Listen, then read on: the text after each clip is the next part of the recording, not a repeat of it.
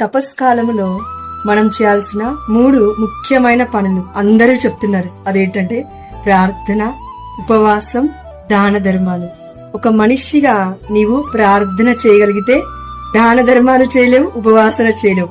ఒకవేళ ఉపవాస ప్రార్థనలు అంతా బాగానే ఉంది కదా అంటే దాన ధర్మాలు కరెక్ట్ గా చేయలేవు. దాన ధర్మాలు చేస్తూ ఉన్నావు కదా అంటే ప్రార్థన, ఉపవాసం కరెక్ట్ గా చేయలేవు.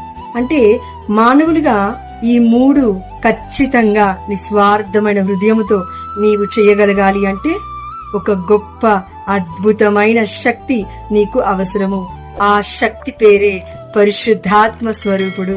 అయితే ఆ పరిశుద్ధాత్మ అనుగ్రహాన్ని మనం పొందుకోవాలంటే దేవుడి యొక్క సన్నిధికి వెళ్ళాలి. తప్పకుండా దేవుడు 30ింతలుగా, 60ింతలుగా, 100ింతలుగా యేసు నామములో పరిశుద్ధాత్ముడి యొక్క అనుగ్రహాన్ని మనందరికీ మెండుగా ఇచ్చునుగాక. ఆమేన్.